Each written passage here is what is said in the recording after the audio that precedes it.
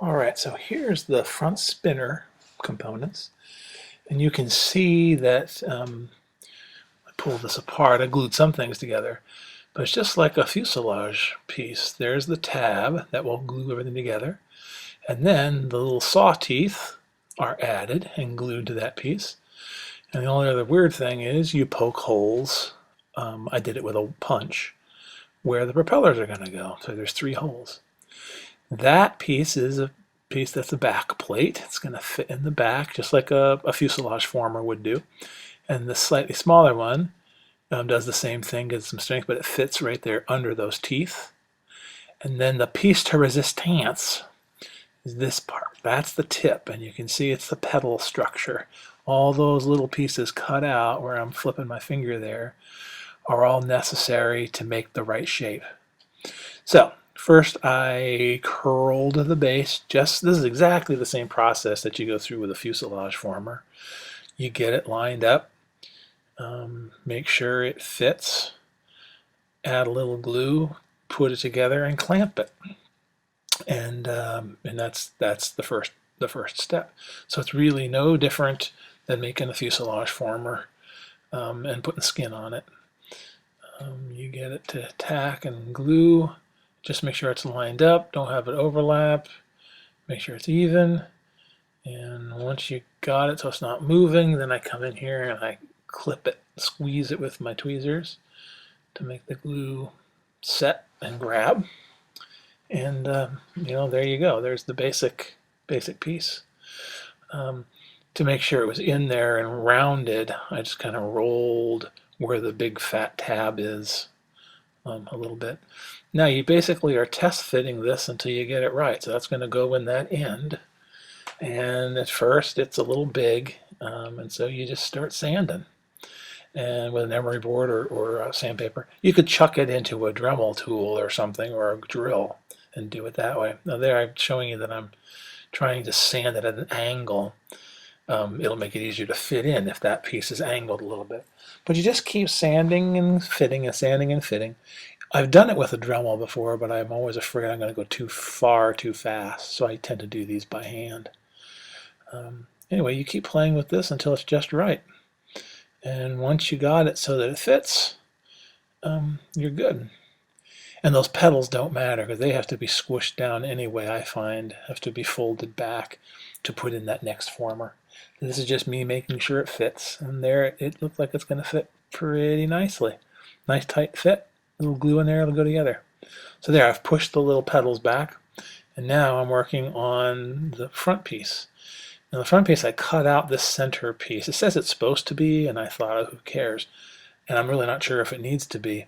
But it turns out to get it in, it actually was a little bit easier. You now have a place to put your tweezers and grab it when you're trying to place it. So I place it from the back, but then because the hole's there, I can sort of grab it with the tweezers.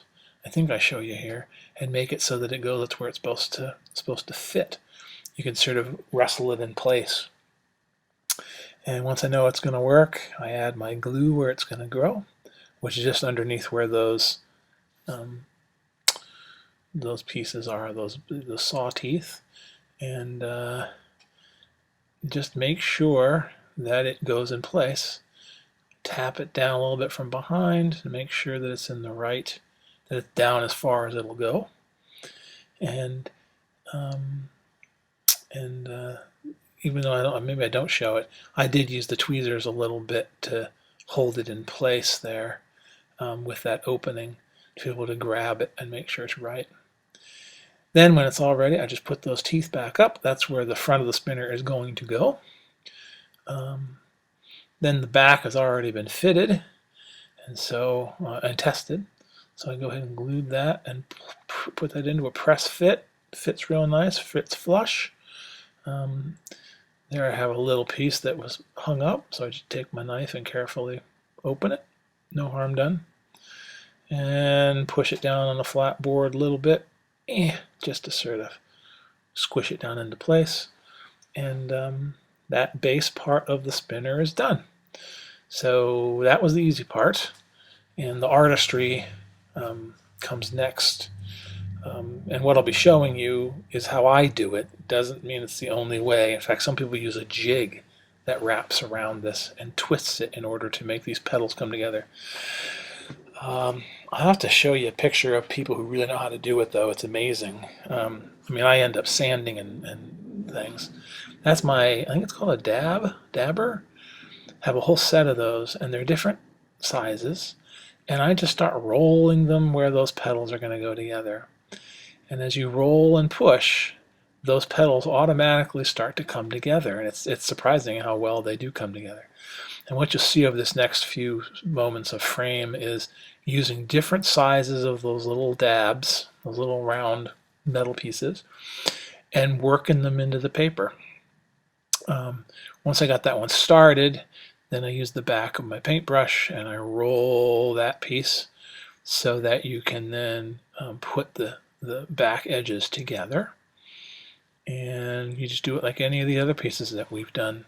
You keep rolling it until you sort of over roll it, and then it's easy to put the last little piece in, and you just sort of pick it up and glue it together. So there, that piece is going to fit in on that tab quite nicely. And it's kind of tricky to make it work just because of the way it's bent. But once you know what you're doing, it's okay. A little glue, not too much. Put it on there, squeeze it with the tweezers, and you're good to go. And then the rest of it, once that dries, let that dry a good long while. I mean, it doesn't take forever, but let it dry for a minute or two. And then you can start to see the front is already, even at that raw stage, is starting to take a nice convex shape. And that's all because of the petal. It's nothing that I did. It's the designer and the program, or however they did it. I mean, you can see there's still an opening, but it's already starting to look amazingly good. So now how I do this is I set this down on my mouse and I take different sizes of these and I start rolling them.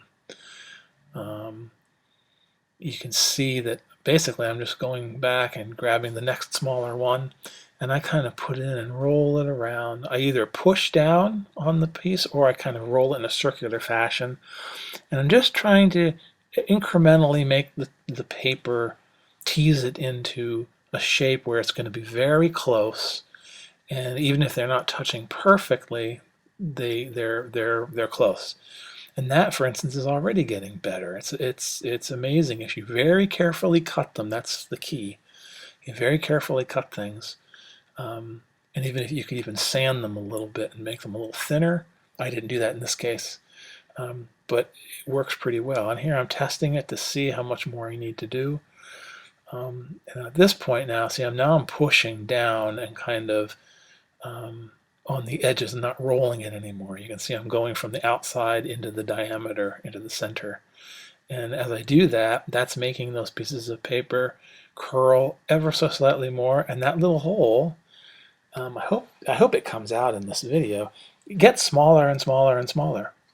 I have to point out that if you really know what you're doing, you don't need to sand these and fill them. See there, for a little bit of pushing, boy, look at that, it's almost disappeared. But if you're really good at this, I've seen these put together, again, by Polish and Czech and German and Russian modelers. They're able to put these things together, and they look fantastic, and they don't fill them like I'm going to do. But you can see mine doesn't look bad. Not too shabby. So you just, I left this in here when I was editing because it just shows you what you have to do. Now, once you do it a few times and you think you've got it about right, there I'm sort of pushing it and teasing it together. I'm making sure some of the pieces aren't too, dimpled too far in. Do a little bit of finesse with my fingers, hold it together. And when I'm satisfied it's as close as I'm going to get it, I take some super glue, and I was showing a picture of the accelerator, and I hold this gingerly. It glues to your finger, so you got to be kind of careful. But you want to hold it as best you can so that it kind of holds, the pieces are actually kind of together. And you put a bunch of super glue in there, thick cyanacrylate, and I roll it around in there so that it's making actually a little dome in there. It's gluing the pieces, but it's also, later on I'll show you, I put a little dollop in there so that it's actually domed. There's a little piece of glue in there. And there I'm making sure it's holding together kind of tight. And again, when you look on there, it does have still a little bit of openings on it, but it's still better than it would have been if I'd have tried this a couple years ago. I'll put it that way. Um, and again, I'm doing this because I'm going to end up painting this thing anyway. But a lot of my petal designs, I tend to do this too because I still haven't mastered how to do them as nice. And then I put a little on the outside and smooth it because I know it's probably going to need it. And since I am going to sand, this will all go away. It'll be glassy by the time I'm done. Now in the back side, I squeeze out a nice big dollop. That was an air bubble, but then I put a nice dollop in there. And then the satisfying part is to take a brush full of that accelerator and drop it in there, and it hardens, of course, pretty dang instantaneously. And you have got a beautiful convex shape made by the paper, but now reinforced by the glue. And now it's ready to sort of beat on. You basically are going to start sanding this, put it together on the other piece, and sand it, and start prepping.